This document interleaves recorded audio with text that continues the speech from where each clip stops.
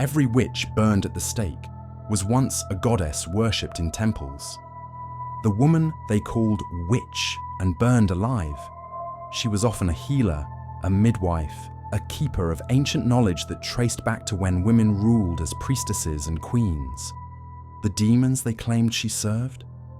They were actually goddesses, Isis, Inanna, Hecate, whose temples once commanded the reverence of entire civilizations. The evil magic she practiced. These were the same sacred arts that powerful women had used for millennia to heal, to prophesy, to connect the human world with the divine. This is the story of history's longest war, a 2,000-year campaign to destroy feminine spiritual power that began with goddesses on thrones and ended with women on pyres. So before we dive into this dark history, hit that like button. If you're ready to discover how Christianity systematically transformed the sacred feminine into something evil. And let me know in the comments if you've ever wondered why powerful women throughout history have been labeled as dangerous or demonic. Picture a world where divine power wore a woman's face, where the most sacred mysteries were guarded by priestesses, where goddesses ruled over life, death, and everything in between. The statue stands broken in the museum, her limestone face worn smooth by centuries of reverent touch. Once, pilgrims traveled thousands of miles to kneel before her. Once, she was Inanna, queen of heaven and earth, goddess of love and war, the sacred feminine made flesh in stone. Her eyes, carved by Sumerian hands 4,000 years ago, have witnessed the rise and fall of empires. They have seen her temples torn down, her priestesses scattered like seeds on barren ground, her very name transformed from blessing to curse. She was not alone. In the beginning, before the witch, there was the goddess, and she was everywhere. The wind carries incense through the temple courtyards of ancient Sumer, where the first cities rise from the Mesopotamian mud, like dreams made manifest. Here, in the sweltering heat of 3,500 BC, power wears a woman's face. The high priestess Enheduanna, history's first named author, lifts her hands to the ziggurat's peak, and her words become law. She speaks, and kings obey. She writes, and eternity listens. Lady of all powers, in whom light appears, radiant one beloved of heaven and earth. Her hymns to Inanna echo through temple halls where sacred prostitutes, hierodules, perform rites older than memory. Here, sexuality is not sin, but sacrament. The priestess queens rule not just temples, but cities, commanding armies, decreeing justice, mediating between the realm of gods and the world of mortals. Their authority flows directly from the divine feminine, unquestioned, absolute, sacred. This is a world where women hold the keys to both life and death. Along the Nile, where the flooding waters bring life to the desert, another goddess reigns eternal.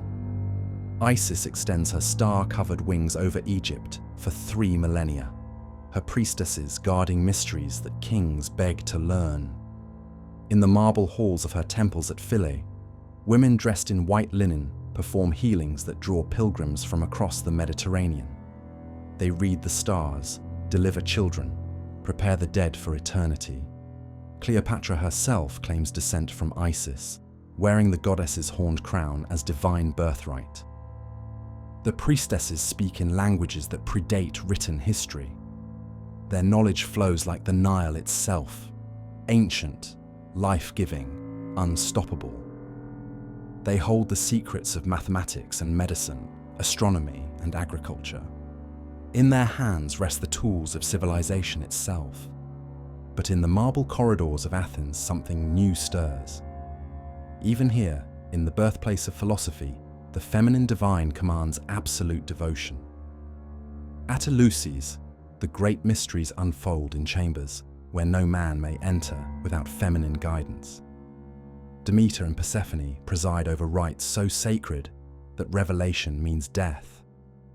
The Hierophant, always a woman, holds the secret of life and death, rebirth and renewal. The initiates emerge from the sacred chambers transformed. Cicero will later write that these mysteries give meaning not just to life, but to death itself. For 1500 years, the greatest minds of the ancient world, Plato, Pindar, Sophocles, kneel before the feminine divine and emerge forever changed. In the forests of what will become Germany and Britain, Celtic priestesses stand in groves older than Rome, their voices carrying prophecies that will shape the fate of nations. They serve no distant god, but goddesses who dwell in rivers, mountains, sacred springs. The Druids defer to their wisdom. Warriors seek their blessing before battle. Kings offer tribute for their counsel. Boudica rides to war with the blessing of Andraste, the goddess of victory. 60,000 Romans die beneath her spears, and for a moment, it seems the feminine divine might hold back the tide of empire itself. But empires have their own hunger, their own gods, and these gods have names like Mars and Jupiter, Mithras and Sol Invictus. They are all male. The archaeological record speaks in fragments, pottery shards and broken statues, temple foundations and ritual objects. At Çatalhöyük, humanity's first city, goddess figures outnumber male deities 10 to 1. The excavated rooms reveal shrines to a great mother goddess, her arms raised in blessing, her body decorated with the symbols of life and death, creation and destruction. In Crete, the snake goddess stands with serpents coiled around her arms, symbols of wisdom and renewal. She holds dominion over the labyrinth, that ancient symbol of the womb, of death and rebirth, of the journey into darkness and back into light. The Minoans know no separation between sacred and secular, between feminine and divine. Their civilization flourishes for 1,000 years in peace, their art celebrating the female form as the vessel of the sacred. These are not mere fertility goddesses, reduced to the function of their wombs. These are complete divinities, creators and destroyers, judges and healers, the keepers of wisdom and the weavers of fate. Inanna descends to the underworld and conquers death itself. Isis gathers the scattered pieces of Osiris and breathes life back into the dead. Hecate stands at the crossroads, holding the keys to all mysteries, all transformations. They are terrible and beautiful, merciful and wrathful, the fullness of divine power expressed in feminine form. In the hands of these priestesses lies knowledge that will not be equaled for centuries. They understand the movements of stars and planets, using celestial mechanics to create calendars that govern agricultural cycles, religious festivals, the rhythm of civilized life itself. They practice medicine that combines empirical observation with spiritual healing, surgery and herbcraft, psychology and pharmacology woven together in seamless understanding. The temples are not just places of worship, but centers of learning, hospitals, observatories, libraries. The priestesses serve as doctors and judges, astronomers and counselors, teachers and administrators. They hold property, inherit wealth, command respect across social boundaries. In many cultures, they alone can read and write, making them the living repositories of human knowledge. The goddess Seshat records the deeds of pharaohs in the stars themselves. The priestesses of Vesta maintain the sacred flame that keeps Rome alive. If it dies, the city dies with it. The Pythia at Delphi speaks prophecies that determine the fate of empires, her words carrying more weight than the commands of kings. This is power in its purest form, not the power of the sword or the coin, but the power of connection to the divine source itself. The priestesses stand at the threshold between worlds, translating the will of the gods into human understanding, mediating between the sacred and the profane. But translation requires interpretation.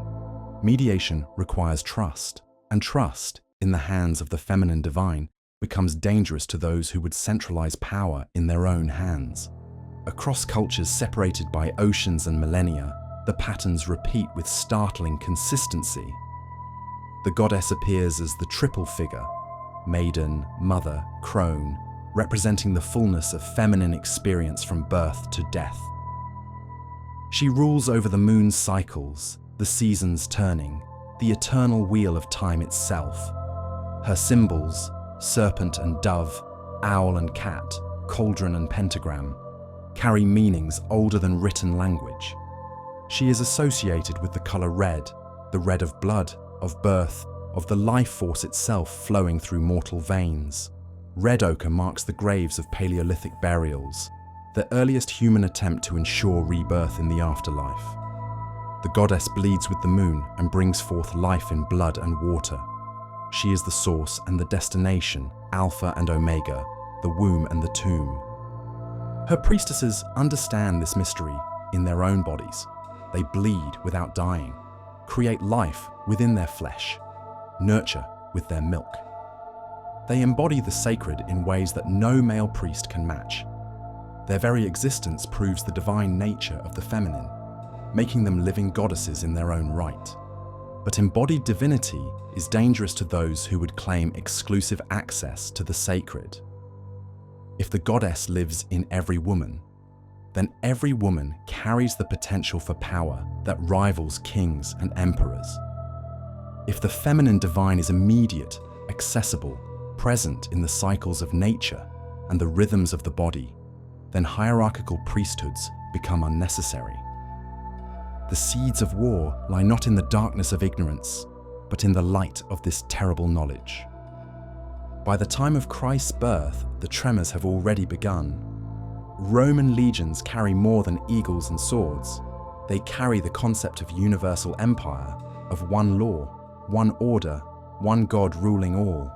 The mystery religions that once flourished across the Mediterranean face competition from philosophies that promise simpler answers, clearer hierarchies, more organized power structures.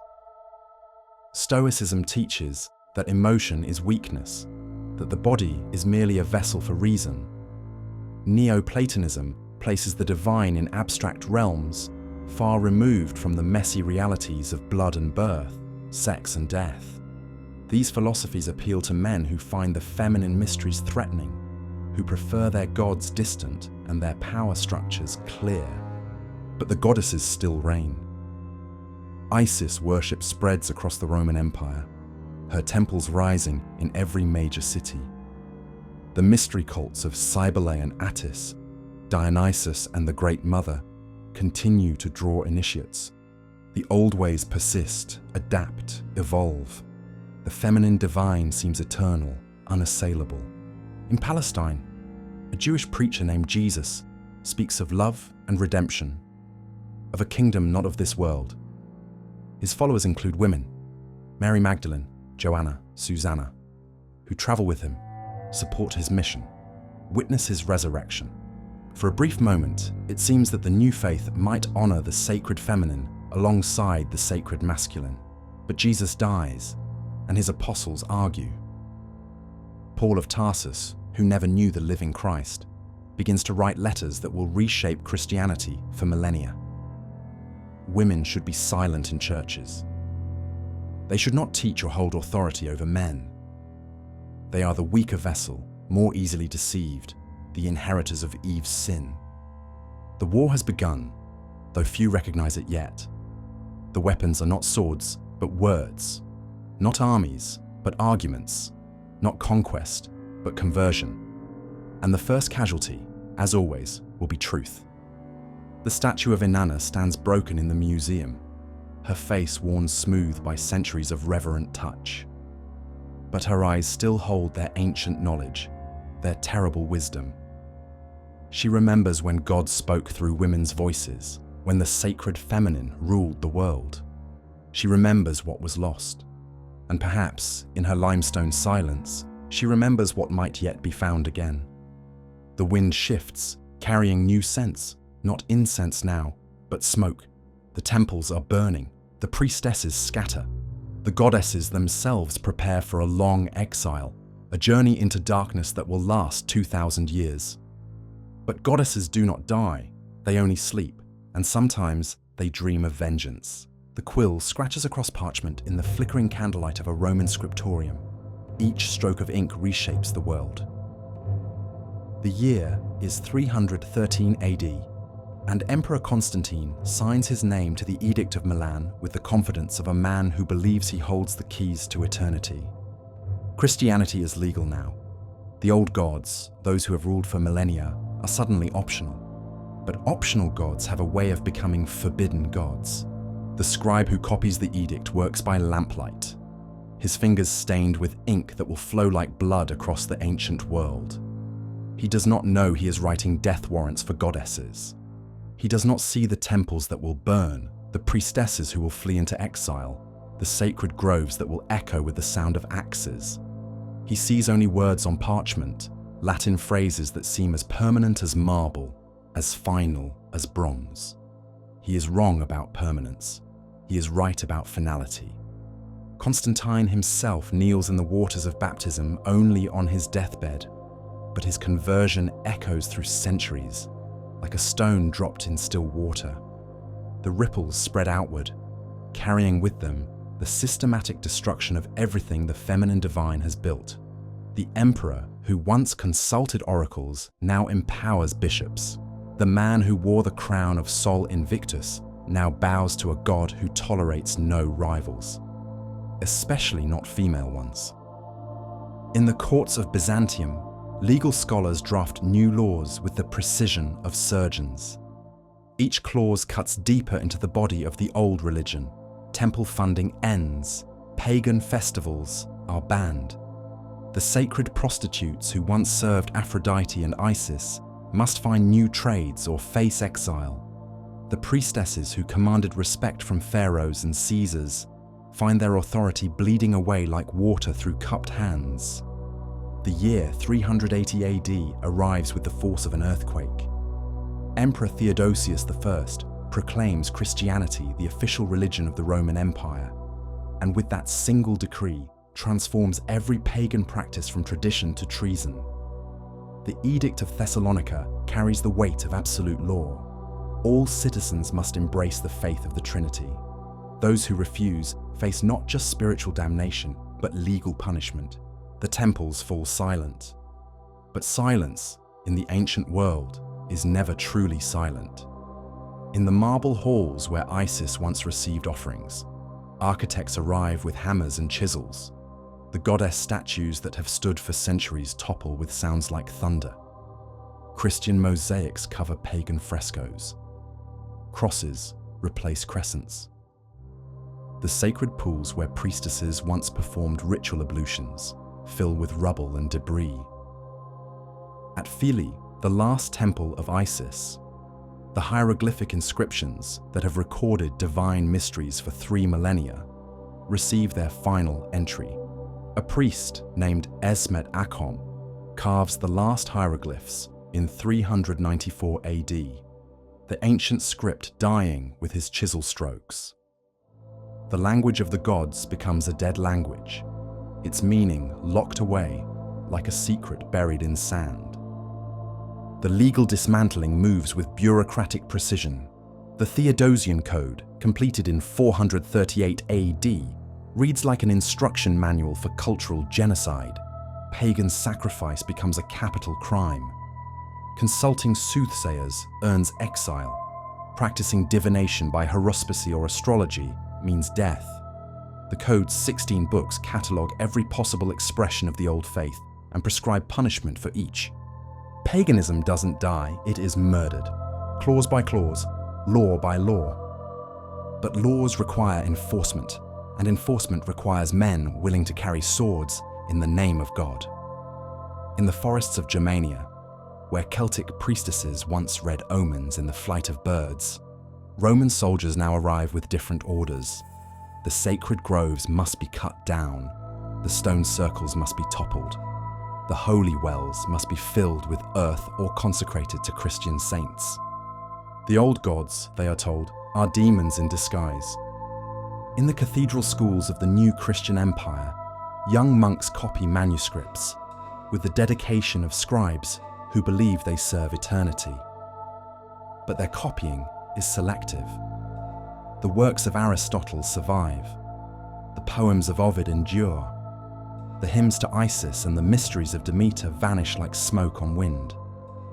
What dies is not literacy itself, but the literature of the feminine divine. The burning of the Library of Alexandria becomes a metaphor made flesh. The actual fire may be myth, but the destruction of goddess knowledge is brutally real. Hypatia of Alexandria, the last great female philosopher of the ancient world, meets her death in 415 AD at the hands of a Christian mob. They drag her from her chariot, strip her naked, scrape her flesh from her bones with oyster shells. Her crime is simple. She teaches, she thinks. She embodies the dangerous possibility that women might hold wisdom equal to men. Her murder sends a message that echoes through centuries. The age of the learned woman is ending. In the monasteries that spring up across the former empire, male voices chant in Latin while female voices fall silent. The great abbesses will come later, wielding power within carefully defined boundaries. But the priestesses who once commanded temples, ruled cities, and spoke with the direct authority of goddesses are gone. Their places are taken by men who claim exclusive access to divine truth, who insist that only masculine hands can consecrate bread and wine, who declare that female bodies are too corrupted by Eve's sin to approach the altar. The sacred feminine becomes the profane feminine with the stroke of a pen. Emperor Justinian completes what Constantine began. In 529 AD, he closes the Academy of Athens, ending 1,000 years of philosophical learning that stretched back to Plato himself. The last pagan philosophers flee to Persia, carrying with them the remnants of traditions older than written history. The schools where women once learned alongside men, where the mysteries of Demeter were studied with the same rigor as mathematics, where the wisdom of Isis was preserved in careful Greek prose, all gone. The light of the ancient world gutters out, and in its place rises a different illumination. This new light casts sharp shadows, and in those shadows, certain shapes begin to take form. The wise woman becomes the cunning woman. The priestess becomes the hedge witch. The goddess becomes something darker, more dangerous, more deserving of fear. But the true architect of transformation has yet to appear. Across the Alps, in the forests of Francia, a Frankish king named Charles prepares for a different kind of conquest. History will call him Charlemagne, Charles the Great, but the pagan Saxons know him by other names: Butcher, Destroyer, the man who brings fire and sword in Christ's name. His Saxon campaigns, beginning in 772 AD, will last 32 years and cost hundreds of thousands of lives. The Capitulatio de Partibus Saxoniae reads like a fever dream of conversion by violence. Death for eating meat during Lent. Death for cremating the dead according to pagan custom. Death for refusing baptism. Death for sacrificing to the old gods. For consulting soothsayers. For practicing any vestige of the ancient faith. The law code transforms every Saxon village into a potential execution ground. At Verdun, in 782 AD, Charlemagne orders the beheading of 4,500 Saxon nobles in a single day. Their crime is rebellion, but their deeper sin is older. They worship Woden and Freya, Donar and the Earth Mother. They honor gods whose power flows through both masculine and feminine channels, whose mysteries are kept by both men and women. They cling to a world where the sacred feminine still commands respect. Charlemagne teaches them the price of such clinging. The surviving Saxons learn new prayers, but in the darkness of their huts, old words persist. The goddess names transform, adapt, hide. Holder becomes a fairy tale witch. Berchtar becomes a child-stealing hag. The triple goddess of the Celts fragments into the three weird sisters of folk tales. The sacred feminine goes underground, taking new shapes, learning new languages, wearing new masks. But underground streams have a way of surfacing when least expected. In the monasteries of the new Carolingian Empire, scribes work by candlelight, copying the approved text that will shape medieval thought. Augustine's City of God replaces Plato's Republic. Jerome's Vulgate Bible supplants the hymns of Sappho. The confessions of the Church Fathers crowd out the mysteries of the goddess mothers. But scribes are human, and humans remember. In the margins of Christian manuscripts, strange symbols appear. Ancient goddess names surface in the lives of saints. The stories of Virgin Mary begin to echo older tales of Isis and Inanna. The sacred feminine adapts, infiltrates, survives by becoming something else entirely. The legal dismantling is complete, but dismantling is not destruction. What has been taken apart can be reassembled. What has been driven underground can emerge again. What has been transformed can remember its original shape. In the village churches of the new Christian Europe, peasant women kneel before statues of the Virgin Mary and whisper prayers in languages older than Latin. They light candles to Saint Brigid and remember when she was a goddess. They celebrate the Assumption and feel echoes of Persephone's return from the underworld. They attend Mass and Communion, but in their hearts, older mysteries stir. The law has spoken, the empire has decreed, the old gods are dead. But goddesses, as any peasant woman could tell the learned bishops, have their own relationship with death. They die and are reborn with the turning seasons. They descend to darkness and rise again. They transform, but never truly disappear. And in transformation lies the seeds of revolution. The parchment crumbles in the monastery archive, Constantine's edict yellow with age. The ink that once flowed like blood has faded to brown. The Latin words that seemed eternal prove as mortal as the emperors who wrote them. But the thing they sought to destroy, the sacred feminine, the goddess power, the dangerous knowledge that divinity flows through women's bodies as surely as men's, that refuses to fade. It waits. It adapts. It prepares for a different kind of resurrection. The woman kneels in the dirt outside her cottage, her hands black with soil and the blood of childbirth. She has delivered 3 babies this week, saved 2 mothers from fever, and prepared herbs that will ease the passing of old Willem, who lies dying in the house across the village green. The townspeople call her wise woman, cunning woman, the one who knows. They bring her their sick children and their barren wives, their nightmares and their failing harvests. They do not yet call her witch. But words, like wounds, have their own lives. They spread through communities like plague, transforming meaning with each repetition. The Latin maleficus, evildoer, becomes the vernacular witch. The healer becomes the harmer. The wise woman becomes the dangerous woman. And dangerous women, the church teaches, must be controlled or destroyed. The transformation begins not with fire and stake, but with parchment and ink. In the cathedral schools of medieval Europe, theologians craft their arguments with the precision of weaponsmiths. Each syllogism forges a link in chains that will bind generations of women. Each theological treatise sharpens the blade that will separate the acceptable from the heretical, the holy from the diabolic. The year 906 AD marks the first tremor. Canon Episcopi, attributed to the Council of Ancyra, officially acknowledges the existence of women who believe they ride through the night with the pagan goddess Diana. But rather than condemning them as evil, the canon declares them deluded. These women, it proclaims, are victims of Satan's illusions, foolish creatures who mistake dreams for reality. The seeds of mercy, however, carry within them the DNA of persecution.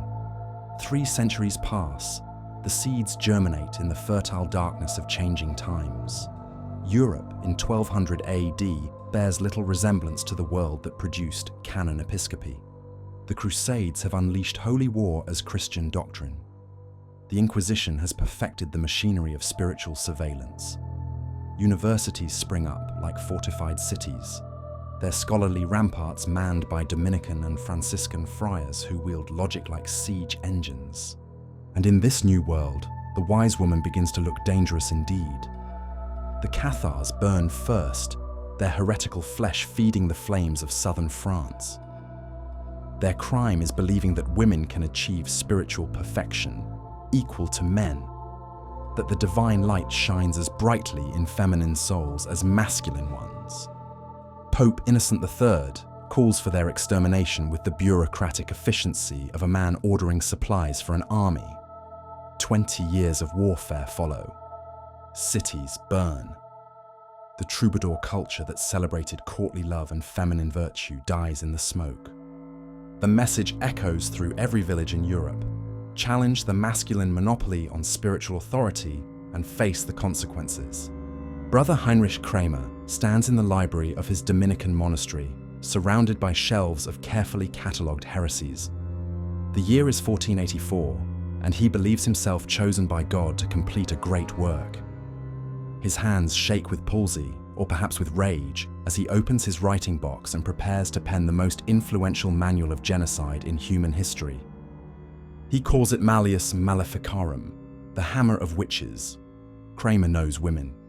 He has watched them in the marketplaces of Innsbruck, seen how they whisper together, how they seem to communicate in languages that exclude men.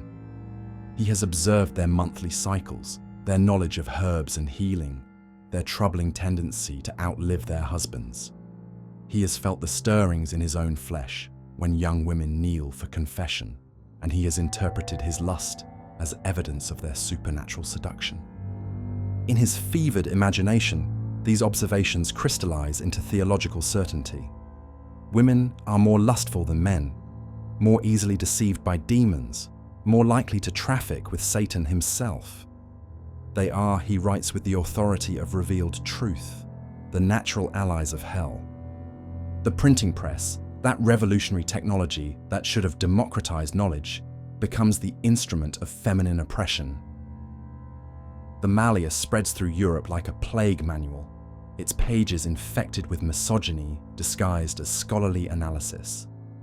Within 50 years, it will go through 29 editions. Judges will consult it like Holy Scripture. Prosecutors will quote it like legal precedent. And women will die by the thousands because of words written by a sexually frustrated monk in a monastery cell. But the Malleus does more than prescribe persecution. It creates the very thing it claims to combat. Before Kramer's manual, wise women existed in the grey spaces of medieval society. They were healers and herb wives, midwives, and weather workers, the keepers of old knowledge in a world increasingly dominated by new orthodoxies. They were dangerous only in the way that all independent women are dangerous. They proved that feminine power could exist outside masculine control. The Malleus transforms this abstract danger into literal demonization. The midwife who eases childbirth becomes the infant killer who sacrifices babies to Satan. The herb wife who brews healing potions becomes the poisoner who concocts deadly draughts. The weather worker who reads storm signs becomes the tempest raiser who destroys harvests with supernatural malice. The witch is born not from observation, but from imagination, not from evidence, but from fear. Pope Innocent VIII provides the legal framework with his papal bull Summis Desiderantes Affectibus in 1484.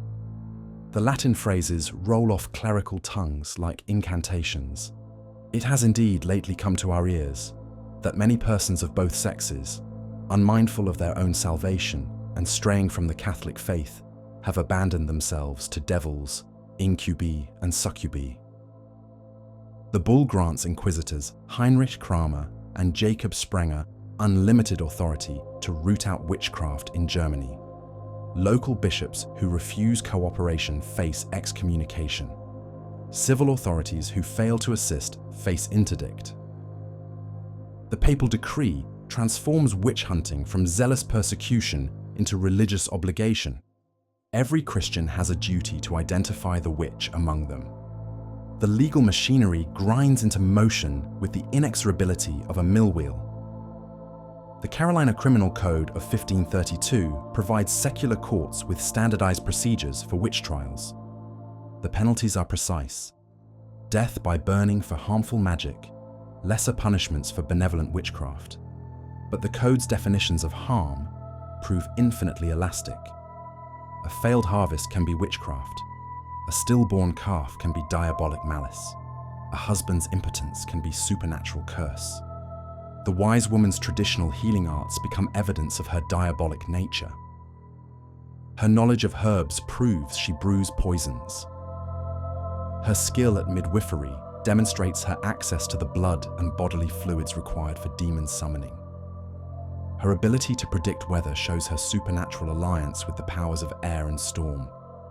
Every talent becomes a crime. Every skill becomes a sin. In the village squares of Holy Roman Empire, the apparatus of investigation takes tangible form. The swimming test: if she floats, she's a witch.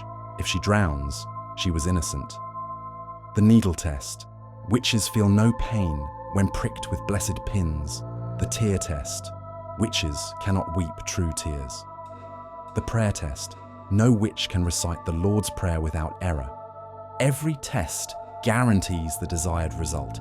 Every procedure produces the predetermined conclusion. But the true genius of the witch creation lies not in its methods, but in its economics. The accused witch must pay for her own prosecution. The costs of imprisonment, interrogation, torture, and execution all charge against her estate. Her property transfers to the church and state officials who condemn her. Her house, her livestock, her savings, all become the rewards of her destruction. The witch trial becomes a business model. Persecution pays for itself. The transformation accelerates through the 16th century, like a river approaching a waterfall. The Protestant Reformation, which should have challenged church authority, instead doubles the competitive pressure to prove Christian orthodoxy. Catholic and Protestant regions compete to demonstrate their piety through the thoroughness of their witch hunting. Martin Luther himself declares that witches should be burned without mercy, that they have made a pact with the devil and forfeited all claim to human sympathy. The Reformed churches prove even more zealous than the Catholics they replace. In the German principalities, where church authority fragments into competing jurisdictions, witch hunting becomes a tool of political control. Prince-bishops use accusations of witchcraft to eliminate rivals and consolidate power. Secular authorities employ witch trials to seize ecclesiastical lands. The Holy Roman Emperor Rudolf II encourages prosecution as a means of demonstrating imperial piety. The witch becomes a political weapon as much as a theological construct. The learned men who craft these persecutions believe themselves engaged in cosmic warfare. They are not murdering innocent women. They are defending Christian civilization against supernatural assault. They are not destroying traditional knowledge. They are purging diabolic corruption from human learning. They are not eliminating female independence. They are restoring divine order to a world thrown into chaos by feminine rebellion against masculine authority. Every burned witch proves God's favor toward his faithful servants, but the thing they create in their theological laboratories escapes their control like a plague organism. The witch becomes not just a legal category, but a cultural archetype, a shape that haunts the European imagination for centuries.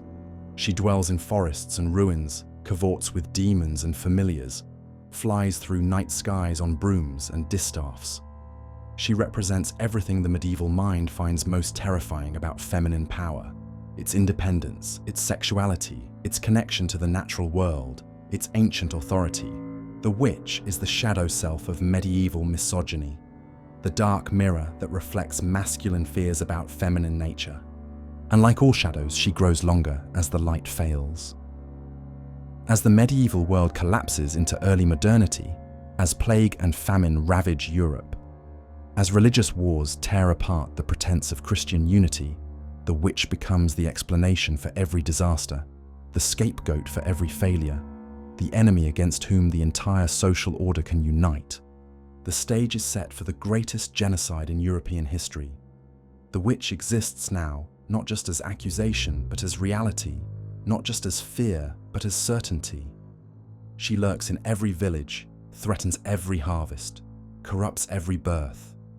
She must be found, tried, tortured, burned. The flames are already being prepared.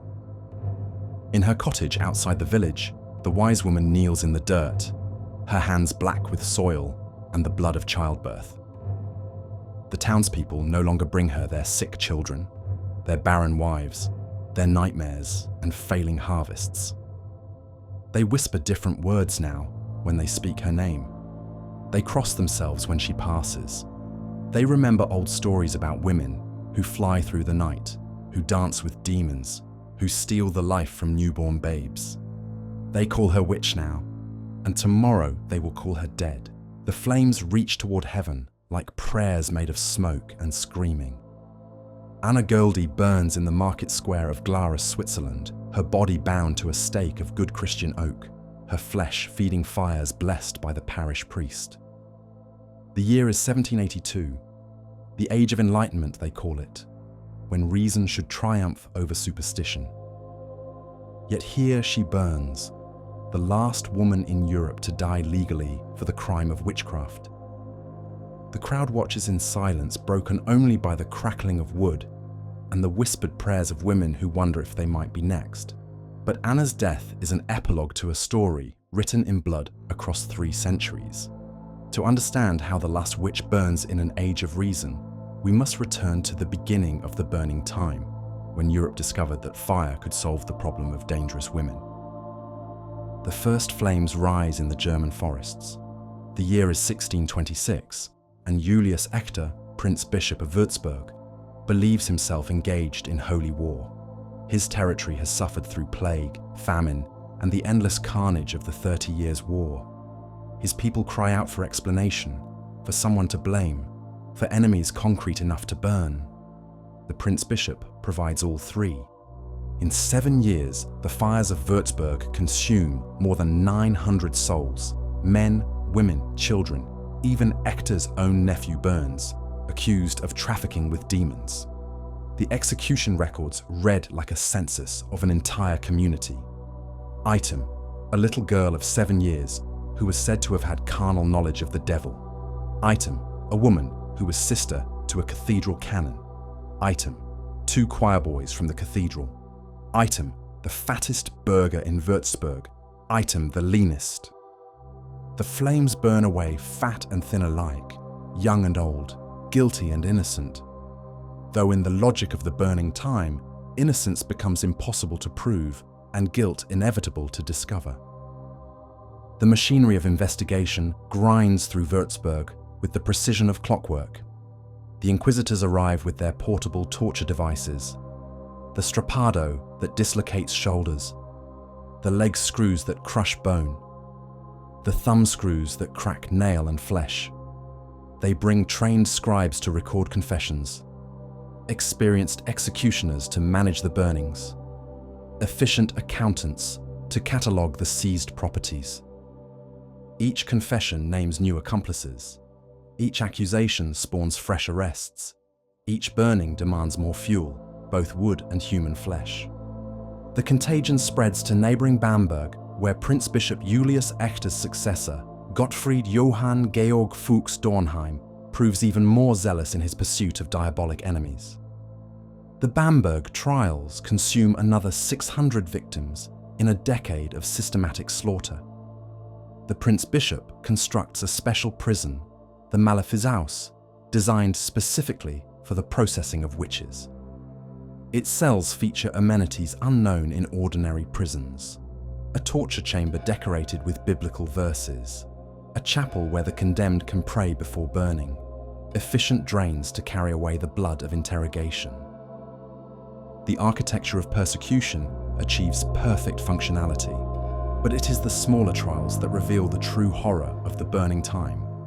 Not the grand persecutions ordered by princes, but the intimate betrayals that tear apart village communities like infection spreading through a body. In Pendle Forest, England, the Demdike and Chattox families destroy each other through accusations that begin with petty feuds and end with 12 deaths on the gallows. Neighbors turn against neighbors. Children testify against parents.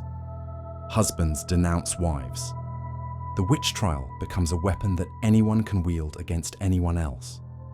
The patterns repeat with terrifying consistency across the continent. In Loudun, France, an entire convent of Ursuline nuns claims demonic possession, their accusations destroying the priest Urbain Grandier and revealing the sexual hysteria that lurks beneath the veneer of holy persecution. In Logroño, Spain, the Basque witch trials of 1610 process 7,000 accusations and extract confessions from children as young as 7 years old. The Inquisition discovers that children make excellent witnesses.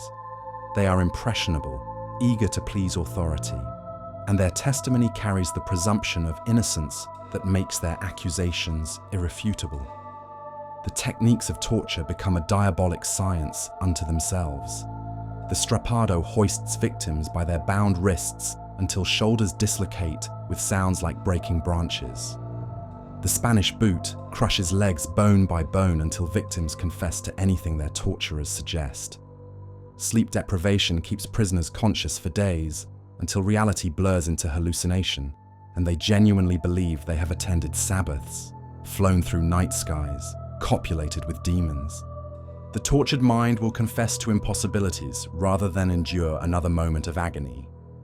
In the dungeon of Würzburg Castle, a young man named Johannes Junius writes his final letter with hands so mangled by thumbscrews that he can barely grip the quill. A wealthy burgher accused by a servant girl seeking revenge. He has confessed under torture to riding through the air on a winged black horse, to attending diabolic Sabbaths in the forest, to fornicating with a succubus named Vixen. None of it is true, and he knows his judges know it is not true. But truth has become irrelevant to the machinery of persecution. They put me to the torture, he writes to his daughter, till I thought heaven and earth were come together, till I confessed at length what they would have, though it was all false. His letter survives because a compassionate guard smuggles it from his cell. Junius himself burns 3 days later, his last words lost in the roar of flames and the jeering of crowds who have learned to find entertainment in agony. The economics of persecution prove as systematic as the torture. Each accused witch must fund her own destruction. The costs of imprisonment charge against her estate at premium rates: food, fuel, the executioner's fee, even the very rope that binds her to the stake. If her property proves insufficient, the debt transfers to her family. If her family cannot pay, neighbors face assessment to cover the costs. The witch trial becomes a community investment in its own terror. But the true genius lies in the legal procedures that guarantee the desired outcome.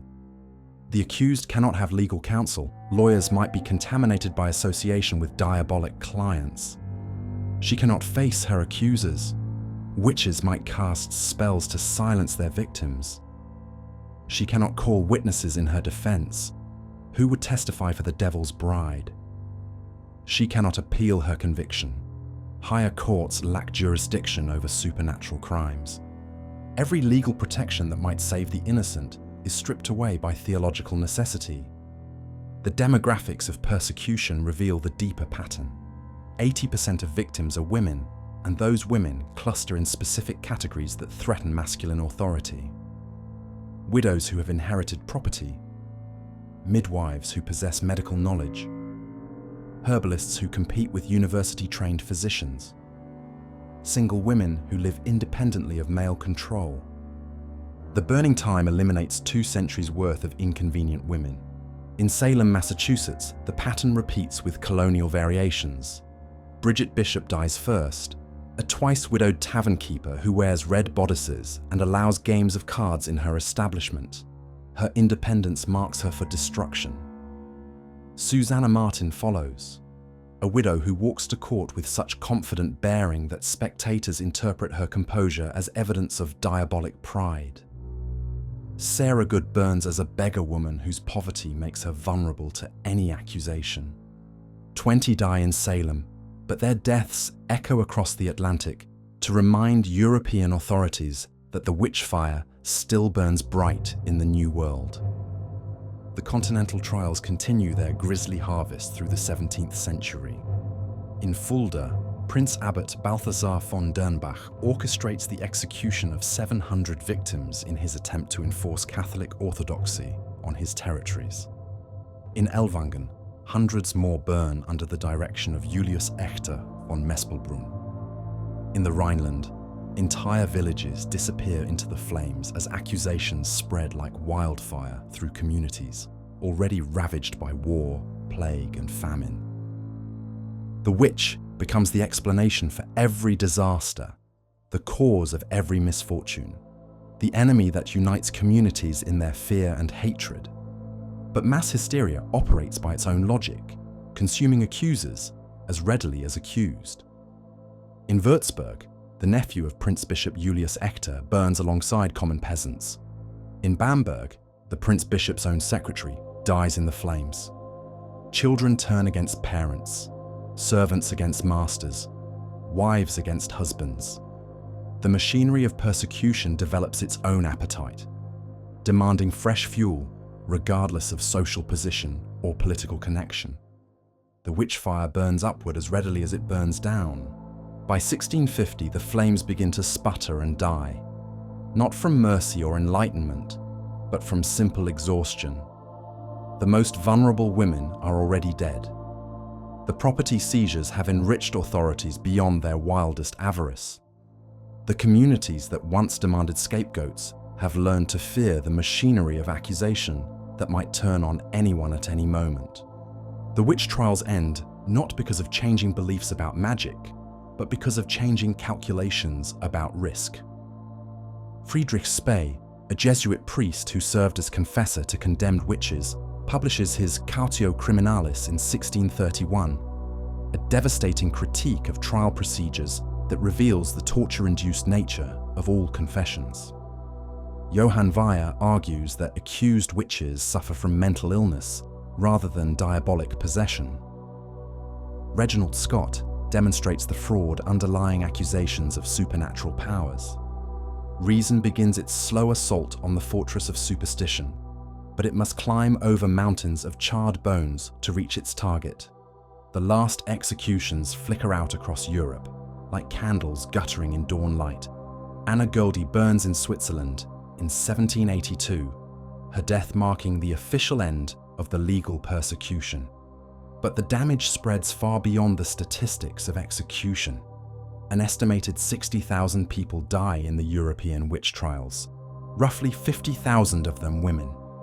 Entire communities lose their healers, their midwives, their repositories of traditional knowledge. The collective trauma scars European consciousness like a brand burned into living flesh. In the village squares where pyres once blazed, grass grows over the execution grounds. But the fear persists, transmitted through generations like an inherited curse. Women learn to hide their knowledge, to suppress their independence, to defer to masculine authority in all matters spiritual and temporal. The witch trials end, but the warning they represent echoes through centuries. This is what happens to women who claim power equal to men. The fires die, but their smoke never fully clears. Anna Goldie kneels in her cell the night before her execution, her hands folded in prayer to a God who will permit her burning in his name. She is a servant woman accused of bewitching her employer's child, the same crime that has sent thousands to their deaths across 3 centuries of persecution. Her judges know she is innocent of supernatural malice, but she is guilty of something more dangerous in their eyes. She is a woman who has displeased a man of property and influence. That crime still carries the death penalty. The flames that consume her body rise toward heaven like the last prayer of the burning time. A prayer for forgiveness from a God who watched his servants transform justice into genocide, faith into fear, love into the ashes that drift over execution grounds like snow that never melts. The witch trials end as they began, with the death of an innocent woman whose only crime was living in a world that had learned to fear the power of her sex. The ancient seal crumbles beneath the archaeologist's brush, revealing images carved in stone 4,000 years before Christ walked the earth. Here, pressed into Mesopotamian clay, is the first known depiction of Lilith, not as demon, but as goddess. Her wings spread wide in blessing. Her taloned feet rest upon the backs of lions. Her hands hold the sacred rod and ring of divine authority. Owls perch at her shoulders, symbols of wisdom older than written language. She is magnificent. She is terrible. She is divine. But divinity in the hands of patriarchal theology proves as malleable as clay. The same figure who once blessed Sumerian kings will become the child killer of Jewish folklore, the seductress of Christian demonology, the prototype of every witch who dances with demons in the fevered imagination of medieval monks. The transformation of goddess into demon follows patterns as precise as mathematical equations. What was once sacred becomes profane. What was once blessed becomes cursed. What was once divine feminine power becomes diabolic feminine corruption. The alchemical formula is simple. Take one goddess, add masculine fear, stir with theological justification, and wait for the poison to brew. In the beginning was Lilith, and Lilith was with God, or so the ancient stories suggest. The earliest Hebrew accounts speak of her as Adam's first wife, created from earth as he was created, equal in all things save the submission that Adam demands and she refuses. "Why should I lie beneath you?" she asks, according to the alphabet of Ben Sira. "I was also made from dust, and I am therefore your equal." For this crime, the assertion of equality, she is cast out of Eden, transformed from the first woman into the first demon. Her punishment shapes the template for every woman who will follow. Submit to masculine authority or be branded as evil incarnate. But Lilith's true crime runs deeper than mere disobedience. In the ancient Mesopotamian texts, she embodies the dangerous fertility of the feminine, sexuality without marriage, reproduction without male control, power without patriarchal permission. She is the woman who takes lovers at her choosing, who bears children to no man's lineage, who owes allegiance to no earthly authority. She represents every masculine nightmare about feminine independence made flesh and given wings. The Jewish exile provides fertile ground for the mutation of goddess into demon. Separated from their land, their temple, their traditional sources of power, the Hebrew scribes reconstruct their theology in opposition to the surrounding cultures that have conquered them. The goddesses of Babylon, Ishtar, Astarte, Asherah, become demons in Jewish demonology. Their sacred symbols are inverted, their divine attributes twisted into diabolic characteristics. Lilith evolves from storm goddess to baby killer, her ancient association with childbirth transformed into its opposite. Where once she protected women in labor, now she stranglehold newborns in their cribs. Where once her owl screech announced divine messages, now it heralds infant death. Her transformation mirrors the fate of every goddess who refuses to submit to monotheistic masculinity. Resistance becomes evil. Independence becomes corruption. Divine feminine power becomes demonic feminine malice. The pattern repeats across the Mediterranean world as Christianity spreads its wings like a bird of prey hunting older faiths.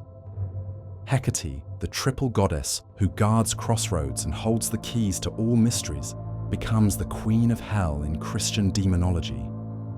Her torches that once lit the way for lost souls now kindle the fires of damnation. Her hounds that once protected travelers now hunt the damned through hellish landscapes. Diana, the Roman goddess of the hunt, whose silver arrows never miss their mark, transforms into the leader of the Striga, the night-flying witches who steal children and drink blood. Her sacred deer become demon familiars. Her crescent moon becomes the horned symbol of Satan.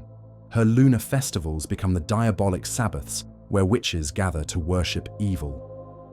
Each transformation follows the same theological blueprint: preserve the power, invert the purpose, retain the fear. But the most complete metamorphosis belongs to the Celtic triple goddess, whose three aspects, maiden, mother, crone, embody the fullness of feminine divine power. In Ireland, she is Brigid, goddess of smithcraft and poetry, healing and holy wells. Her sacred flame burns eternal at Kildare, tended by priestesses who allow no man to approach. Her festival of Imbolc celebrates the first stirrings of spring, the return of light to the winter world. Christian missionaries cannot destroy her worship. She is too deeply rooted in the Irish soul. So they perform theological surgery instead, dividing the triple goddess into acceptable and unacceptable parts. The maiden becomes Saint Brigid, safely domesticated within Christian hagiography. The mother transforms into the Virgin Mary, her fertility sanitized by perpetual virginity. But the crone, the wise woman, the keeper of death mysteries, the wielder of transformative power, she becomes something darker. She fragments into the hag figures of folklore, the Cailleach, who brings winter storms, the bean cedar, who wails for the dying, the wise woman whose knowledge marks her as witch. The theological equation balances perfectly. One goddess destroyed, one saint created, one demon spawned. In the monasteries of medieval Europe, monks labor by candlelight to complete the transformation of goddess into devil. Their manuscripts glow with illuminations that reveal the ongoing war between Christian orthodoxy and pagan persistence. But these are not neutral historical documents. They are propaganda pieces designed to justify the persecution of any woman who might embody the dangerous feminine power of the old goddesses. The Malleus Maleficarum draws heavily on these mythological transformations, using the demonized goddesses as proof that women naturally ally with Satan. Lilith becomes the template for understanding all witches. Childless women who seduce men and murder infants, who fly through the night and consort with demons, who embody sexuality without submission and power without masculine permission. Every accused witch carries within her the shadow of every demonized goddess. The trial records reveal how thoroughly the mythological poison has seeped into legal consciousness. At Loudun, the possessed nuns describe their demon lover as a figure who combines attributes of Dionysus, Pan, and the Celtic horned god Cernunnos. In Salem, the accused witches allegedly gather at Sabbaths, presided over by a black man whose characteristics echo the demonized vegetation deities of pre-Christian Europe. The judges who condemn these women believe they are fighting the same spiritual war that their ancestors fought against goddess worshippers. They see in every wise woman the shadow of Hecate, in every midwife the reflection of Lilith, in every herbalist the echo of Celtic druids who once challenged Christian authority with their dangerous knowledge. The witch trials become the final battle in the war against the feminine divine. But mythology proves as persistent as it is malleable. Even as the goddesses suffer demonization, their essential characteristics survive in the very demons they become. Lilith retains her association with feminine power and independence. Hecate keeps her mastery of magic and mystery. Diana preserves her connection to the wild, untamed aspects of nature. The demons remain dangerous because they remember their divine origins. This persistence creates a paradox at the heart of witch persecution. The authorities who burn witches for diabolic associations simultaneously preserve and propagate the very mythological patterns they claim to destroy. Every witch trial reinforces the ancient connection between femininity and supernatural power. Every execution confirms that women possess dangerous abilities that require masculine control. The persecution becomes its own form of worship, acknowledging the reality of feminine power even as it seeks to destroy any woman who might embody it. In the folklore that survives the burning time, the demonized goddesses take new shapes but retain their essential characteristics. The fairy godmothers of folk tales wield magic that echoes ancient goddess power. The wise women who appear at crossroads in stories carry the transformed attributes of Hecate. The witches who live in gingerbread houses deep in forests preserve the memory of Celtic goddesses who dwelt in sacred groves. Children learn to fear these figures, but they also learn to recognize their power. The mythological transformation succeeds in making goddesses into demons, but it fails to eliminate the fundamental knowledge that feminine power exists and must be reckoned with. The demonization creates what it seeks to prevent: the preservation of goddess memory in diabolic form. The Renaissance brings new sophistication to the mythological war against feminine divinity. Scholars like Johannes Weyer and Reginald Scott attempt to rationalize the supernatural, arguing that witches suffer from mental illness rather than diabolic possession. But their very attempts at enlightenment reveal how thoroughly the demonized goddess figures have penetrated European consciousness. Even skeptics who reject the reality of witchcraft accept the mythological framework that makes witch belief possible. They argue about whether Lilith exists, not about whether feminine power requires masculine control. They debate the reality of diabolic pacts, not the assumption that independent women naturally tend toward evil. The mythological transformation succeeds even among its critics. In the artwork of the period, the visual language of demonized goddesses becomes the standard iconography for depicting witches. They fly through night skies on creatures that echo Diana's sacred deer. They gather at crossroads under Hecate's moon. They consort with demons who bear the horns of ancient fertility gods. Their appearance combines the seductive beauty of goddess figures with the corruption of diabolic evil. The witch becomes a living symbol of feminine divinity, perverted into feminine malice. But symbols, like mythologies, possess their own life and will. The witch figure that emerges from centuries of theological demonization carries within her DNA the memory of her goddess origins. She remains powerful, mysterious, connected to forces that transcend masculine authority. She embodies sexuality without shame, knowledge without permission, magic without mediation. The demonized goddess becomes a new kind of divinity, one that acknowledges darkness as well as light, destruction as well as creation, the terrible as well as the beautiful aspects of feminine power. In the modern world, this transformation will prove more dangerous to patriarchal authority than the original goddesses ever were. A goddess can be demonized, her temples destroyed, her worship outlawed. But a demon goddess, one who embraces both sacred and profane, divine and diabolic, acceptable and forbidden aspects of feminine power, proves much harder to control. The mythological machinery designed to destroy goddess worship ultimately creates something new: the witch as archetype of uncontrollable feminine power. The demon goddess who refuses all attempts at domestication, the dark mirror that reflects everything masculine authority fears about the feminine divine. Lilith sits enthroned in her modern incarnations, no longer the obedient wife Adam demanded, no longer the demonized baby killer of medieval imagination, but something more dangerous still: the goddess who embraces her own demonization and transforms it into a new kind of power.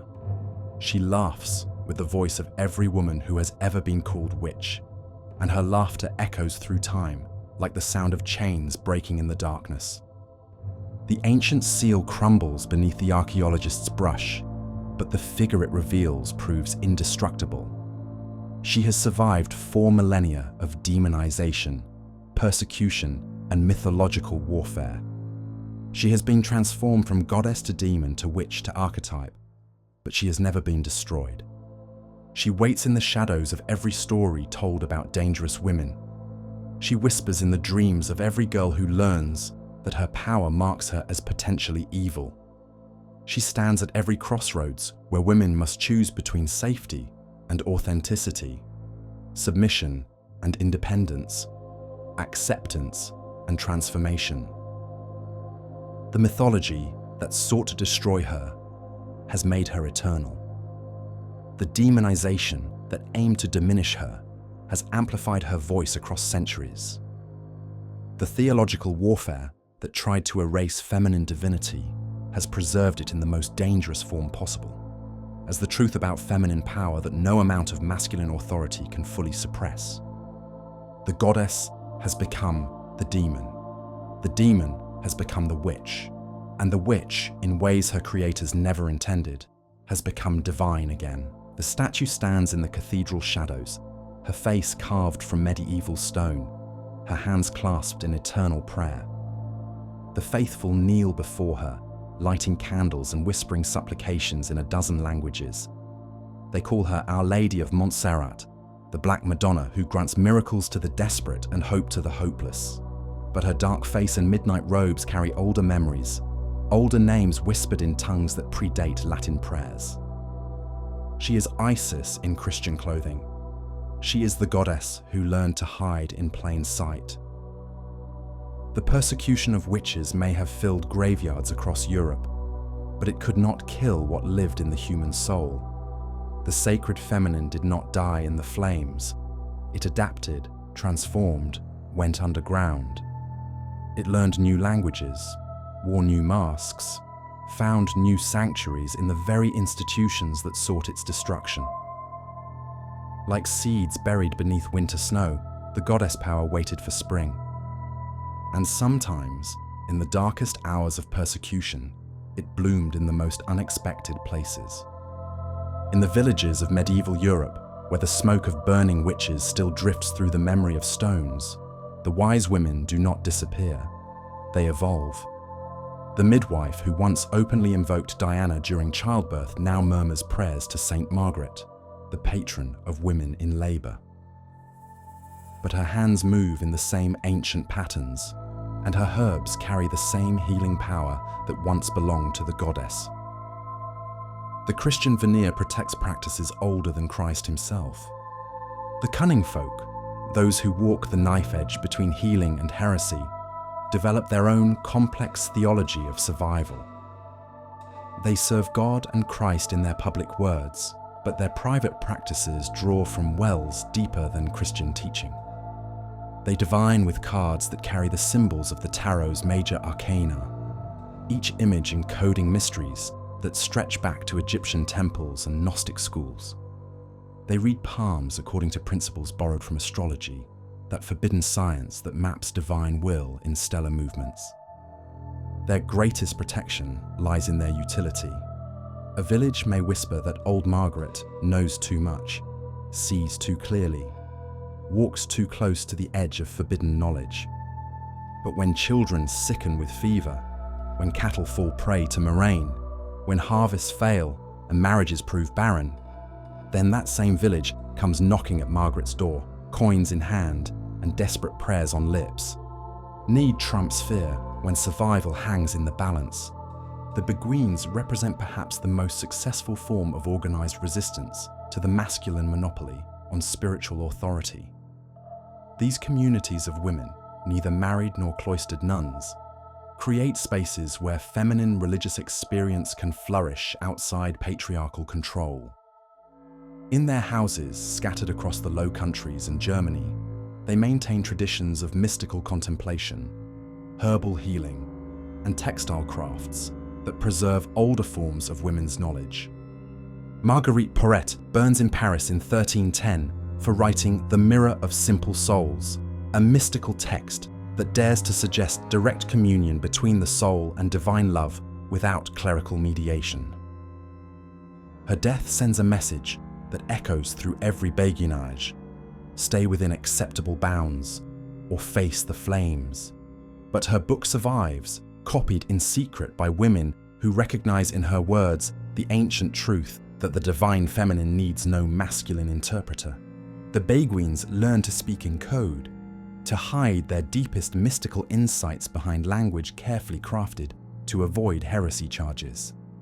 They develop what modern scholars call performative orthodoxy, the art of appearing perfectly Christian while preserving practices and beliefs that stretch back to pre-Christian goddess traditions. Their textile work becomes a form of meditation. Their healing practices, a form of prayer. Their communities, a form of resistance disguised as submission to Christian virtue. In the Catholic regions where the Inquisition burns brightest, survival requires even more elaborate camouflage. The Spanish beatas, holy women who claim direct revelation from God, walk a tightrope between sainthood and heresy. Some, like Teresa of Avila, manage to articulate their mystical experiences in language that satisfies ecclesiastical authorities while preserving the essential truth of feminine access to divine power. Others, like Magdalena de la Cruz, reveal the dangerous undercurrents that flow beneath the surface of acceptable mysticism. Her claims to miraculous stigmata and prophetic visions win her fame and followers across Spain, but investigation reveals a more complex reality. Her mystical experiences draw from traditions that blend Christian imagery with older, more dangerous forms of ecstatic religion. When the Inquisition finally investigates, they discover practices that echo the ancient mystery religions, complete with ritual nudity, blood magic, and sexual mysticism. She recants under torture, but her case reveals how thoroughly the forbidden knowledge has infiltrated even the most apparently orthodox expressions of Christian mysticism. The New World provides different opportunities for the survival of dangerous feminine knowledge. In the mountains of Mexico, the Aztec goddess Tonantzin transforms into the Virgin of Guadalupe, her sacred site at Tepeyac becoming the most important pilgrimage destination in the Americas. The indigenous women who worship her preserve ancient rituals disguised as Catholic devotion. They bring her flowers that carry pre-Columbian meanings, sing songs that encode Nahuatl prayers, perform dances that echo temple ceremonies banned by Spanish priests. The Virgin's dark skin and indigenous features make her acceptable to the conquered peoples, while her Christian identity makes her tolerable to the conquistadors. She becomes a perfect example of syncretic survival. The goddess who learns to wear the mask of acceptable religion while preserving her essential divine feminine power. In the slave quarters of the American South and the Caribbean islands, African goddesses undergo similar transformations. Yemoja becomes the Virgin Mary, her dominion over the seas preserved in the blue robes and pearl symbolism of Catholic iconography. Oya transforms into Saint Barbara, her control over storms and winds hidden behind the acceptable persona of a Christian martyr. Oshun becomes Our Lady of Charity, her golden jewelry and river associations camouflaged as Catholic devotion. The enslaved women who preserve these traditions risk more than heresy charges. They risk the lash, the brand, the sale that tears families apart. But they maintain the knowledge anyway, because it carries something more precious than safety. The memory of a world where feminine divine power was acknowledged, celebrated, feared, and respected. Their rituals adapt to new circumstances, incorporating Catholic saints and Christian prayers, but the essential structure remains unchanged. The possessed priestess who channels Oya moves to the same rhythms, whether she dances in Yorubaland or New Orleans. The herbs used to invoke Yemoja grow in different soil, but carry the same spiritual potency. The African goddess traditions prove more resilient than their European counterparts because they never fully separate the sacred from the practical.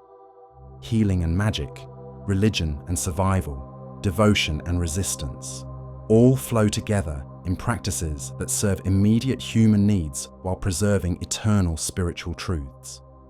The Jewish communities of medieval Europe developed their own strategies for preserving dangerous feminine knowledge. The Kabbalah, that mystical tradition that maps the divine emanations, includes the Shekinah, the feminine aspect of God that dwells in exile, along with the Jewish people. This theological innovation provides space for feminine divinity within monotheistic framework, allowing Jewish women to access spiritual authority that Christian theology denies to their Christian sisters. But even within Jewish communities, women who claim too much spiritual authority face suspicion and persecution. The case of Gluckel of Hameln reveals the careful balance required for survival. Her memoirs, written in Yiddish in the late 17th century, document a life that combines successful business management with deep religious devotion, but she carefully avoids any claims to prophetic or mystical authority that might mark her as dangerous. Other Jewish women prove less cautious. The prophetess Sarah Bas Tovim composes T'kaines, devotional prayers written in Yiddish for women who cannot read Hebrew.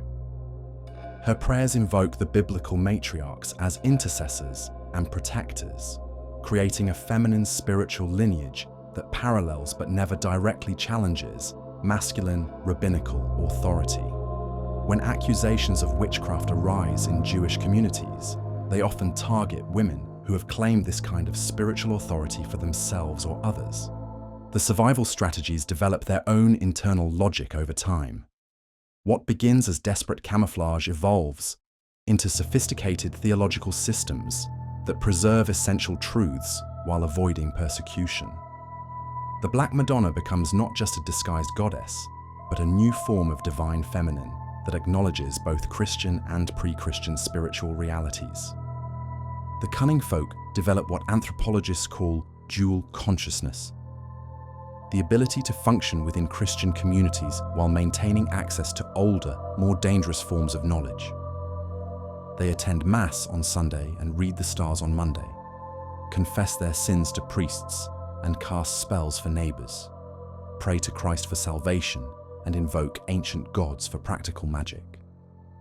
This divided existence exacts its own psychological toll.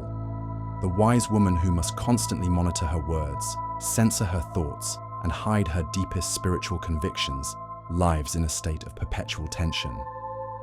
She knows truths she cannot speak, possesses powers she cannot openly acknowledge, serves goddesses whose names cannot be uttered in public spaces. But this same psychological pressure creates extraordinary resilience and adaptability.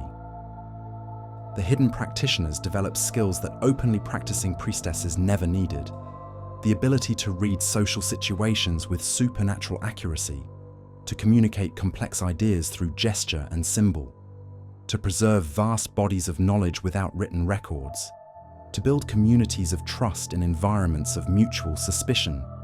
The persecution creates its own form of natural selection, eliminating those who cannot adapt, while strengthening those who can navigate the dangerous waters between orthodoxy and heresy. By the 18th century, when the last legal witch executions flicker out across Europe, the hidden traditions have achieved remarkable sophistication. The grimoires, those magical textbooks that circulate in manuscript among initiated practitioners, represent centuries of accumulated wisdom preserved through the darkest periods of persecution. The Key of Solomon, the Grand Grimoire, the Red Dragon, these texts encode practical magic within elaborate Christian symbolism, allowing practitioners to access pre-Christian power while maintaining plausible Christian orthodoxy. Their rituals invoke archangels and demons, biblical patriarchs and pagan gods, creating syncretic systems that bridge the gap between acceptable and forbidden knowledge. The folk traditions that survive into the modern era carry similar complexity. The Pennsylvania Dutch powwow tradition blends Germanic folk magic with Christian prayer. The Italian Stregheria preserves ancient Roman religious practices within Catholic cultural framework. The British tradition of wise women and cunning men maintains pre-Christian healing practices disguised as Christian charity. All represent successful adaptations to centuries of persecution, examples of how forbidden knowledge learns to survive by taking acceptable forms. The French Revolution brings new opportunities for the emergence of hidden traditions. As the Catholic Church loses its monopoly on spiritual authority, alternative forms of religious expression begin to surface. The salon culture that flourishes in post-revolutionary Paris provides space for esoteric exploration that would have been impossible under the old regime. Figures like Josephine de Beauharnais Napoleon's empress, consult fortune tellers and participate in seances that echo older forms of feminine spiritual authority. The Romantic movement that sweeps across Europe celebrates the mysterious, the ancient, the pre-rational forms of knowledge that the Enlightenment had tried to suppress. But the most significant development may be the gradual emergence of women who dare to reclaim the title that had meant death for their predecessors. The wise women of the 18th and 19th centuries no longer hide their knowledge behind Christian camouflage. They begin to identify openly as practitioners of the old ways. They call themselves many things: herbalists, healers, readers, seers. Some even dare to use the word that had sent their sisters to the stake: witch. The transformation is subtle, but profound. What once required complete concealment now demands only discretion. What once meant certain death now risks only social disapproval. The hidden witch begins to emerge into the light, carrying with her centuries of accumulated wisdom, sophisticated survival strategies, and hard-won understanding of how feminine spiritual power can persist in hostile environments. She is no longer the goddess enthroned in marble temples, commanding the worship of entire civilizations. But neither is she the terrified victim burning at the stake while crowds cheer her destruction.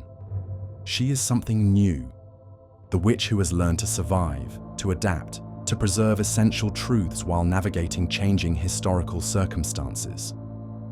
She has become evolution made flesh, the living proof that what is truly divine cannot be destroyed by merely human persecution. The statue stands in the cathedral shadows, her dark face carved from medieval stone, her hands clasped in eternal prayer. The faithful kneel before her, lighting candles and whispering supplications, never guessing that their devotion feeds power far older than their Christian prayers. She is Isis in Christian clothing, the goddess who learned to hide in plain sight. But she is also something more dangerous, the divine feminine that has learned to survive by any means necessary, to take any form required, to speak any language that will preserve her essential truth. She waits in the shadows of every sanctuary, whispers in the memory of every statue, lives in the prayers of every woman who has ever sought something more than masculine religious authority can provide. The hidden witch has never been more visible or more powerful than in this moment of apparent concealment. The woman stands naked in the moonlight, her arms raised to the silver disc that hangs like a promise above the ancient oak. The year is 1951, and in a forest clearing in the New Forest of Hampshire, Gerald Gardner performs the ritual that will change everything. His initiate, a woman whose name history will not preserve, but whose courage will echo through decades, receives the title that once meant death. "Thou art witch," he whispers, and the words carry weight that neither of them fully comprehends. They believe they are reviving something ancient, reconstructing the old religion from fragments and folklore. They do not know they are creating something entirely new. The witch's conscious choice, rather than fearful accusation, as spiritual path rather than legal crime, as source of power rather than mark of persecution. The 20th century has already witnessed horrors that dwarf the medieval burning times. 2 world wars have consumed millions. The Holocaust has revealed the industrial efficiency of genocide. Atomic fire has demonstrated humanity's capacity for ultimate destruction. Against this backdrop of mechanized death, the image of the witch connected to nature, wielding personal power, practicing ancient wisdom, begins to shimmer with different meanings. She represents what modernity has lost: the sacred feminine, the connection to natural cycles, the knowledge that power can flow through channels other than violence and domination. But the path from persecution to reclamation runs through landscapes more treacherous than any medieval forest. The witches who emerge in the 20th century must navigate not just historical prejudice, but contemporary skepticism. Not just religious opposition, but scientific materialism that denies the very possibility of magic. They must convince the world and themselves that what was once feared might now be needed.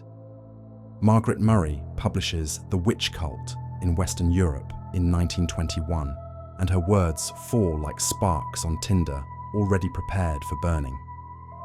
Her thesis, that medieval witches represented the survival of an ancient pagan religion, electrifies readers hungry for alternatives to Christian orthodoxy and scientific rationalism. Her scholarship may be flawed, her evidence selective, her conclusions overstated, but her vision captures something essential: the possibility that the persecuted witches were not deluded victims, but carriers of genuine spiritual tradition. Murray's work provides intellectual respectability for what might otherwise remain underground. University libraries acquire her books, academic journals debate her theories. Scholars who would never publicly defend witchcraft find themselves defending Murray's right to propose alternative interpretations of historical evidence. The witch begins her journey from folklore figure to academic subject, from superstition to legitimate field of study. But scholarship alone cannot resurrect the dead. The real work of reclamation requires practitioners willing to risk reputation, relationships, and social acceptance to explore what their ancestors died for practicing. In the decades following Murray's publications, small groups begin to form across Britain and America, circles of individuals drawn to experiment with what they imagine medieval witches might have practiced. They call themselves many things: followers of the old religion, practitioners of the craft, devotees of the goddess. They meet in private homes and secluded forests, combining scholarly research with personal intuition, historical fragments with contemporary innovation. They invent traditions they believe they are recovering, create rituals they imagine are ancient, invoke goddesses whose names they find in anthropological texts and archaeological reports. Their witchcraft is simultaneously authentic and artificial, historically grounded and completely modern, deeply traditional and utterly revolutionary. Gerald Gardner emerges from this underground network to become the public face of modern witchcraft. His books, Witchcraft Today and the Meaning of Witchcraft, present Wicca as the survival of ancient British paganism, complete with ritual nudity, ceremonial tools, and elaborate initiation ceremonies. His covens attract journalists, anthropologists, and spiritual seekers eager to experience what they believe is humanity's oldest religion. Gardner's witchcraft appeals to post-war Britain because it offers everything the modern world seems to lack: mystery instead of mechanization, ritual instead of routine, goddess instead of absent god, personal power instead of institutional authority. His witches practice in covens limited to 13 members, meet at the full moon to work magic, celebrate seasonal festivals that connect them to agricultural cycles most have never actually experienced.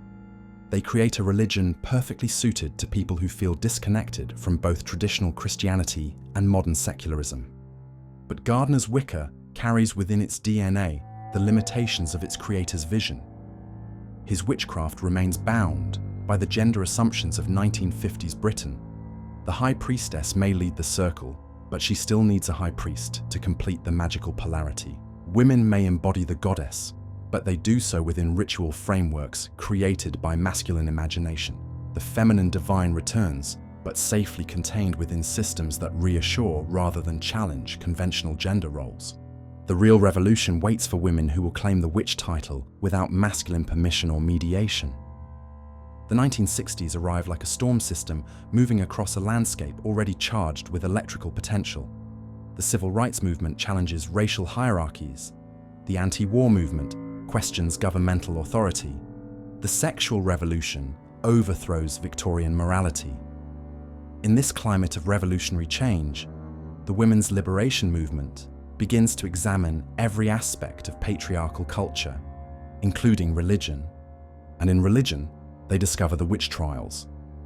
Feminist scholars like Mary Daly begin to reinterpret the European persecutions not as the elimination of diabolic evil, but as the systematic destruction of women's power. In their analysis, the witch trials represent perhaps the most successful campaign of gender-based terrorism in human history. 9 million women murdered. Their numbers are inflated, but the impact of their interpretation proves enormous for the crime of being women who refuse to submit to masculine authority. The witch becomes a symbol of feminist resistance. The woman who was killed for being too independent, too knowledgeable, too powerful, too free. This reinterpretation transforms everything. What Gardner presented as ancient religion, feminists embrace as contemporary politics. What academic scholars study as historical phenomenon, women's liberation activists claim as personal heritage. The witch becomes not just a spiritual path, but a political identity, not just a religious practitioner, but a symbol of everything patriarchy fears about feminine power. Witch, the Women's International Terrorist Conspiracy from Hell, appears in 1968, casting spells on the New York Stock Exchange and hexing beauty pageants. Their magic is street theater, their spells are political protests, their covens are consciousness-raising groups. They understand that the witch represents something more dangerous than alternative religion. She embodies the possibility of women claiming power outside patriarchal structures. Their witchcraft is pure politics, and their politics is pure magic. The feminist reclamation of the witch creates space for more radical reimaginings of feminine spiritual power. Writers like Zsuzsanna Budapest established Dianic Wicca, a women-only tradition that worships the goddess exclusively and rejects any role for masculine divine energy. Her covens become training grounds for feminist activism. Her rituals become ceremonies of female empowerment. Her magic becomes tools for social transformation. Budapest's witches practice consciousness-raising as spiritual technique, personal healing as political action, circle casting as community building. They understand that reclaiming the witch means more than adopting ancient symbols. It means creating new forms of power that serve women's needs rather than masculine expectations. The academic world catches up slowly, but with increasing sophistication. Historians like Carlo Ginzburg reveal the complex realities of early modern folk magic. Anthropologists like Maria Gimbutas document archaeological evidence for prehistoric goddess cultures. Religious studies scholars like Starhawk synthesize feminism, ecology, and goddess spirituality into coherent theological systems. The witch gains intellectual respectability without losing her subversive edge. By the 1980s, the transformation is complete but still accelerating. Witchcraft has become a recognized religious movement with thousands of practitioners, hundreds of published books, and growing cultural influence. The same media that once portrayed witches as Halloween caricatures now features serious documentaries about contemporary paganism. Universities offer courses on goddess spirituality. Women's studies programs include units on witchcraft persecution. Archaeological museums display goddess figurines as evidence of humanity's spiritual evolution. The witch has moved from margin to mainstream while somehow retaining her dangerous edge. But the most significant transformation may be psychological rather than sociological. Women who claim the witch identity in the late 20th century are not simply adopting an alternative religion. They are healing from centuries of inherited trauma. The persecution may have ended in the 18th century, but its psychological effects have cascaded through generations of women who learned to fear their own power, hide their knowledge, defer to masculine authority in all matters spiritual and temporal.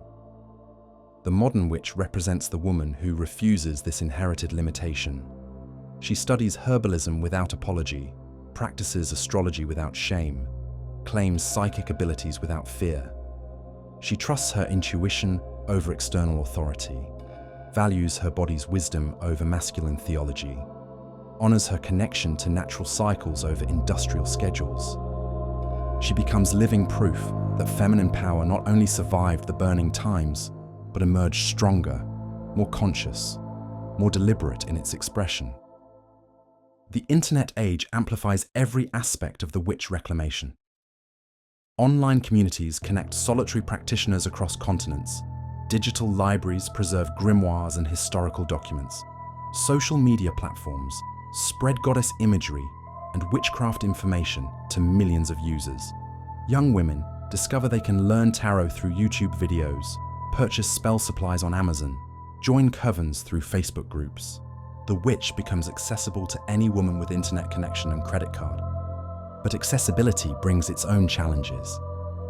The commercialization that makes witchcraft widely available also threatens to drain it of transformative power.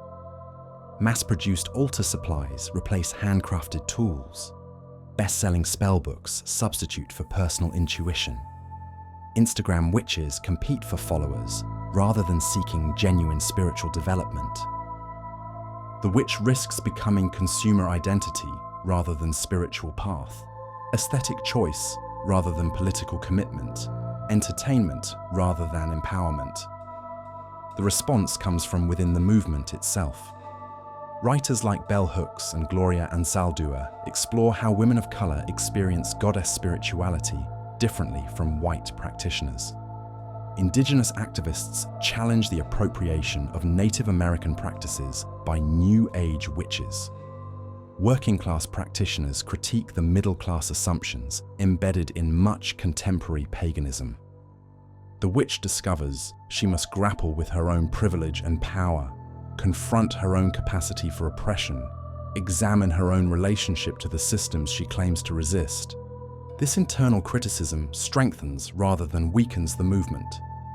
The witch who emerges from these debates is more inclusive, more aware, more committed to genuine transformation rather than surface rebellion. She understands that reclaiming feminine power means more than rejecting masculine authority. It means creating new forms of power that serve justice rather than domination, community rather than individualism, healing rather than harm. The climate crisis gives the witch reclamation new urgency and relevance.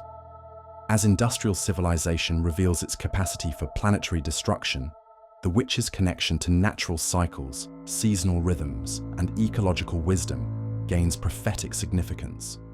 Her magic becomes environmental activism. Her rituals become acts of ecological devotion. Her covens become cells of resistance to systems that treat the earth as commodity rather than sacred being. The witch becomes the woman who remembers that human life depends on planetary health, that spiritual development requires ecological awareness, that true power works with natural forces rather than against them. In 2020, as the world locks down during a global pandemic, millions of women turn to witchcraft for comfort, empowerment, and meaning. TikTok witches gain millions of followers. Astrology apps see unprecedented downloads. Spellcasting tutorials go viral. The witch becomes simultaneously ancient wisdom and contemporary coping mechanism, traditional practice and modern therapy, historical continuity and present innovation. She represents what women have always needed and what the contemporary world desperately requires: access to power that does not depend on institutional permission, knowledge that trusts feminine wisdom, spirituality that honors the sacred in everyday life. The woman stands in her apartment in Brooklyn, her arms raised toward the moon, visible through her bedroom window. The year is 2024, and she performs rituals that would have been impossible to imagine when Gerald Gardner initiated his first priestess in that forest clearing 7 decades ago. Her altar holds crystals ordered online and herbs grown in her windowsill garden. Her spellbooks combine ancient grimoires with contemporary feminist theory. Her coven meets on Zoom, connecting practitioners across time zones and continents. She calls herself witch without fear, practices magic without apology, claims power without permission. She's connected to lineages that stretch back through the hidden witches of the survival centuries, through the burned witches of the persecution era, through the demonized goddesses of the mythological wars, through the dismantled priestesses of the legal transformation, all the way back to the first woman who stood beneath the moon and knew herself divine. The 2,000-year war on feminine power has not ended. It has transformed into something more complex, more subtle, more sophisticated than medieval persecution. But the witch has transformed too, evolving from victim to survivor, to reclaimer, to creator of new possibilities. She stands at the crossroads between past and future, carrying the memory of everything that was lost and the vision of everything that might be recovered. In her hands rest the tools of transformation, not just the wands and cauldrons of traditional witchcraft, but the technologies and institutions of contemporary power. She is the witch who learned to survive by hiding, and now she learns to thrive by emerging. The circle is complete, but the spiral continues ascending. The goddess returns, but she returns changed, strengthened, prepared for whatever battles await in the centuries to come. The witch is no longer the enemy of civilization. She is its conscience, its memory, its hope for transformation. She carries within her DNA the seeds of every world that patriarchy has tried to destroy, and the vision of every world that feminine power might yet create. The moonlight falls on her upturned face like a blessing that has waited centuries to be claimed.